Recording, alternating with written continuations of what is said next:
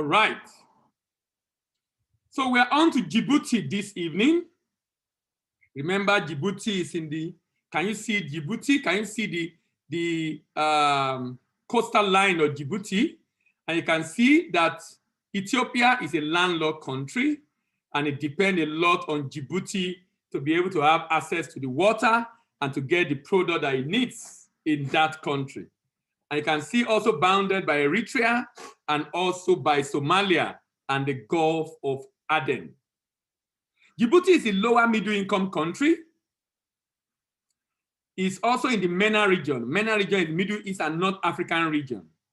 Djibouti is a country that is just about 1 million people. Just about 1 million people. So the population of that country is very small, scoring about 60.5% in the ease of doing business and ranking 112, of course, ahead of our dear country, Nigeria. Let's have a snapshot of this economy. Location, East Africa, bordering the Gulf of Aden, Red Sea, and between Eritrea and Somalia. Coastline is about 314 kilometers. Religion is mainly Muslim and about 6% of Christian. Now, and these are mainly foreign residents. And this is very important because, like I often said severally, if you have been part of this program for a while now, that the religion of a people is so critical to what they can buy or what they will likely buy and what you can sell in those countries. The official language is French. They also speak Arabic. Agri products in this country include fruits, vegetables, sheep, goat, camel, and animal hides. The industrial sector includes construction, agri-processing, and shipping. Of course, shipping, very necessary. Like I said, they are a gateway to the ocean for a country like Ethiopia. It's a lower middle income country. Remember that a low income country earns less than $1,000 or about $1,000 on the average. Lower middle means it's more than 1,000, but it's still below $4,000. And this is the situation of many countries in Africa. The implication of low income and lower middle income country basically is saying that country, many people there are going to be living for survival. In fact, look at the household consumption. That's the consumption component of the GDP. And 56.5% of the consumption component of the GDP of that country is household consumption. This country is $3.32 billion economy. $3.32 billion economy. $3.32 billion economy. Per capita income, about $3,500. Lower middle income country, consumption level, typically for survival. So products that will be sold in that country are the product that we bought during COVID, if you understand what I mean. The item that we bought during COVID, basically food, personal care products, drugs, and agri-related products for food and for survival. Composition of this country, 80% is services, and I won't be surprised if it's more of shipping. 80% is services. And this is just emphasizing the importance of service export on the African continent. The importance of service export on the African continent. With 80% on services, that's a lot. That's a lot. That's a lot. Agri is 2.4%, and industry 17.3%. Age structure. Now, this is among the few African countries that have the population below 25 years being less than 50%. This country have more aging population than many African countries. typically, in most African countries, you have a good chunk being young. A good chunk being young. Okay, Ruben is talking about the fact that he's into transport. Ruben, can you state it there? Do you transport from Nigeria to Cameroon? Is that what you do? Do you transport across border? Because I'm sure some people might be here that might be interested in your services. Do you transport? Oh, fantastic. Which country do you transport to?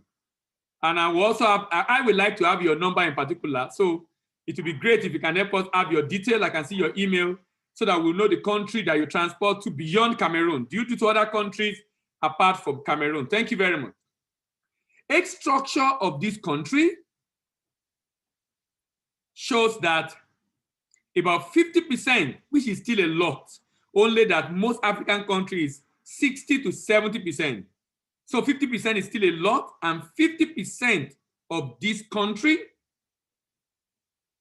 50% of this country is below 24 years. Below 24 years. Below 24 years. And like I've said several, that the implication of that basically is that, wow, you transport to Central African and West African country.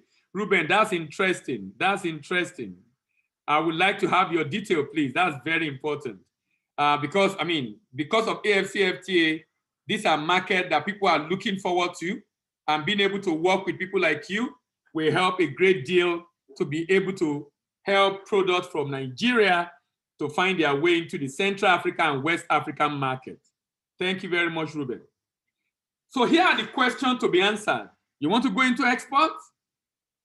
And you're looking at AfCFTA, what product do you have for export? Can you export that item? You know, I'm currently doing a research on export readiness. I'm currently doing a research on export readiness. And I must say that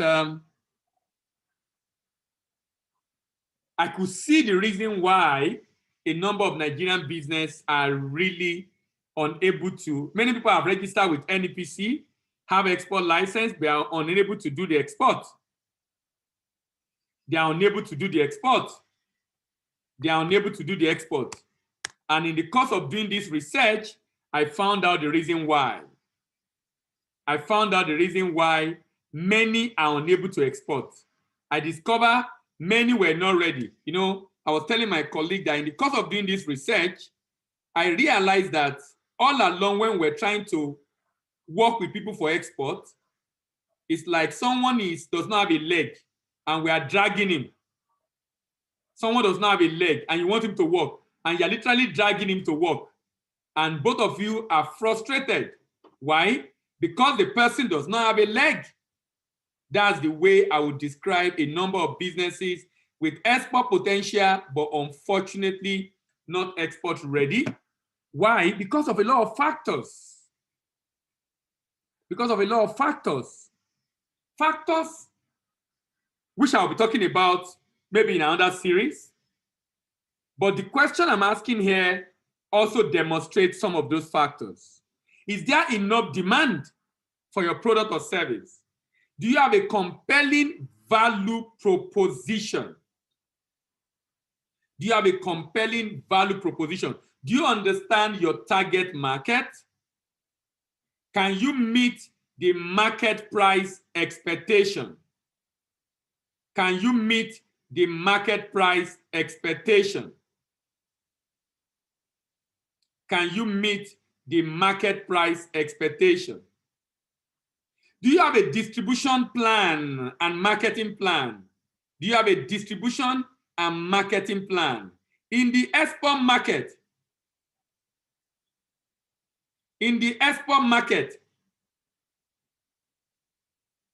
do you have a distribution and marketing plan in the export market?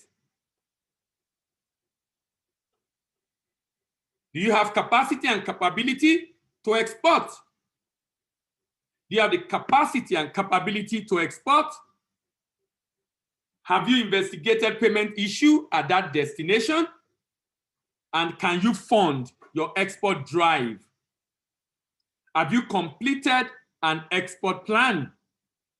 have you completed an export plan? In 2018, Djibouti was the number 166th economy in the world in terms of GDP, number 190 in total export, and total number 129 in total import.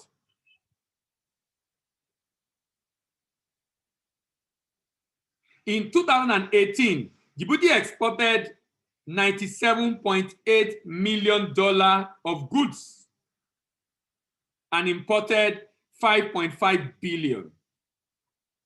There is a huge balance of trade issues in Djibouti. What are the top items of export of this country? Sheep and goat, interesting. Coffee, dry legumes, soya beans. Top import of Djibouti, refined petroleum, palm oil, raw sugar, coated flat roll iron, mixed minerals, chemical fertilizer. Djibouti export destination, Saudi Arabia, India, Nigeria, United Kingdom, and the Netherlands. Djibouti import from China, United Arab Emirates, India, Indonesia, and Malaysia. To get the full video, check the description or visit www.globaltradecollege.com.